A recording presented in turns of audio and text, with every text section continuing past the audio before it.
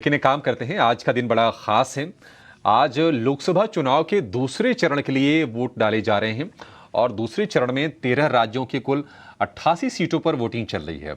केरल की सभी 20 सीटों के लिए, इसके अलावा कर्नाटक की 13 सीटों के लिए, राजस्थान में भी ठीक ठाक है और उत्तर प्रदेश की बात करें तो यहाँ पर 8 सीटों के लिए, जिसमें कि मुख्यतः जो पश्चिमी उत्तर प्रदेश का इलाका है वहाँ पर ये आज वोटिंग चल रही है।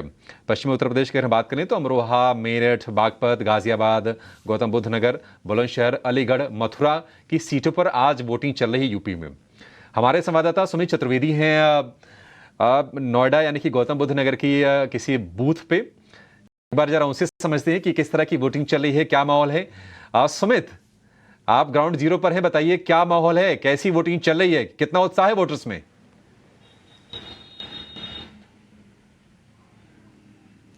इस सुबह से हम यहाँ पर हैं और काफी संख्या में लोग आए हैं। अब ये देखने वाली बात है कि पूरे दिन तक कितने आते हैं। गर्मी एक बहुत बड़ा मुद्दा है।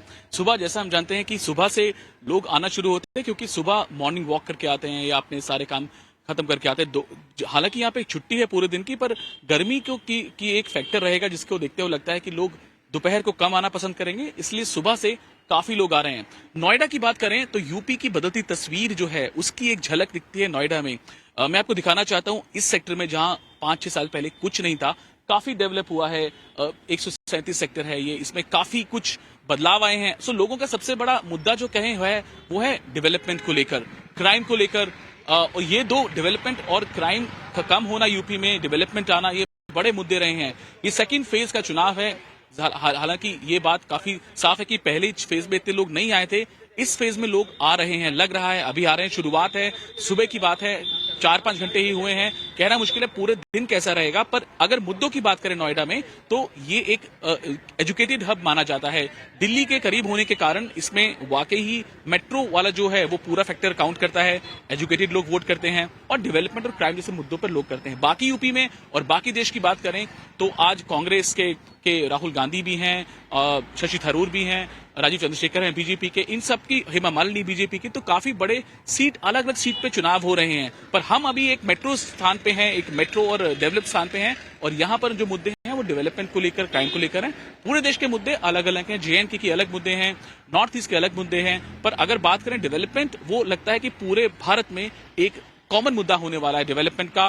क्राइम यूपी में बहुत था, कम हो गया है, वो यहाँ का एक लोकल मुद्दा है, पर बाकी जगहों पर रोजगार एक मुद्दा हो सकता है और जो जो काम हुए सरकार के वो मुद्दे हो सकते हैं। पर नोएडा की बात करें तो यहाँ डेवलपमेंट काफी हुआ भी है और लोग उसी लिए वोट डालने आ रहे हैं। देखने की बात होगी यहाँ कौन चुना जाता है। महेश शर्मा बीजेपी के यहाँ पिछली बार भी चुने गए थे, वो इस साल भी खड़े हुए हैं, पहले मंत्री भी थे वो। अब देखना होगा कि कैसे वोट का रुझान, वोटिंग का रुझान कैसे किस तरफ जाता है।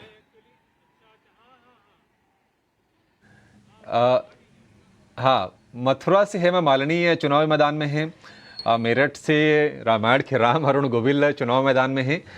तो कुछ 8 सीटें हैं और निश्चित तौर पर ये बीजेपी उत्तर प्रदेश में जो चुनाव हो रहे हैं, यहाँ जो वोटिंग चल रही है, इस पर खास नज़र लेकर चल रही होगी, क्योंकि बार बार अपने भाषणों में, अपने संबोधनों में महिलाओं का जिक्र करते हैं पीएम मोदी, युवाओं का जिक्र करते हैं। तो पोलिंग बूथ्स पर आपको युवा कितने दिख रहे हैं, महिलाएं कितनी दिख रही हैं? क्या आपको लग रहा है कि उनके बीच थोड़ा उत्साह ज्यादा है या वोटिंग को लेकर? क्योंकि निश्चित तौर पर आप जहां पर खड़े हैं वहां पर एक सेफ्टी बड़ा मुद्दा रहता है।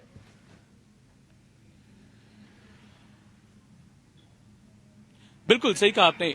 15 करोड़ जो इस बार पहली बार के मतदाता हैं, यूथ बहुत संख्या में है। खासतौर इस बूथ पर सुबह से हमने यूथ ही देखने को मिले, साथ ही साथ महिलाएं भी काफी बड़ी संख्या में आ रही हैं।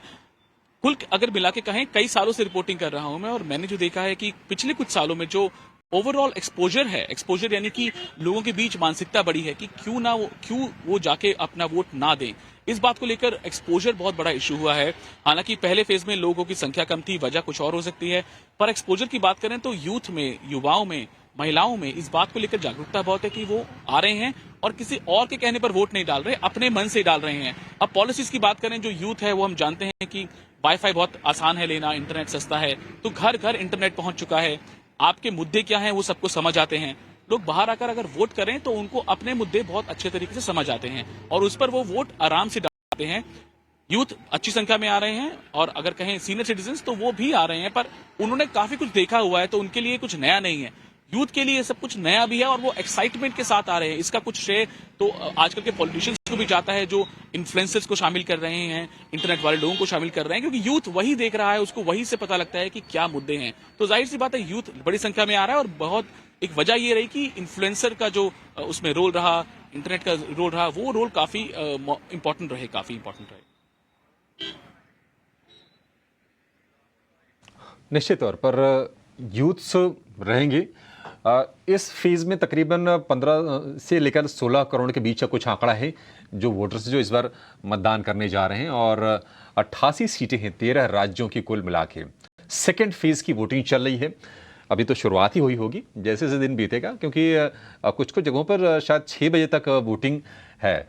पूजा, आपकी क्या तैयारी है? अभी आज वोट डालने जाएंगी? ऑफिस ख़त्म करके 3:30 बजे मार्केट बंद होगा, उसके बाद वही तैयारी है। मैं अपने फैमिली के साथ मिलके, कहीं कहीं तो वर्क फ्रॉम होम भी दिया है आज, कि लोग जाएं वोटिंग करें। तो लेकिन हम ऑफिस ख़त्म करके, क्योंकि मार्केट खुला है, हमारी रिस्पॉन्सिबिलिटी वहाँ भी बनती है, तो यहाँ काम ख़त्म करके फिर हम आज वोट डालने जाएंगे।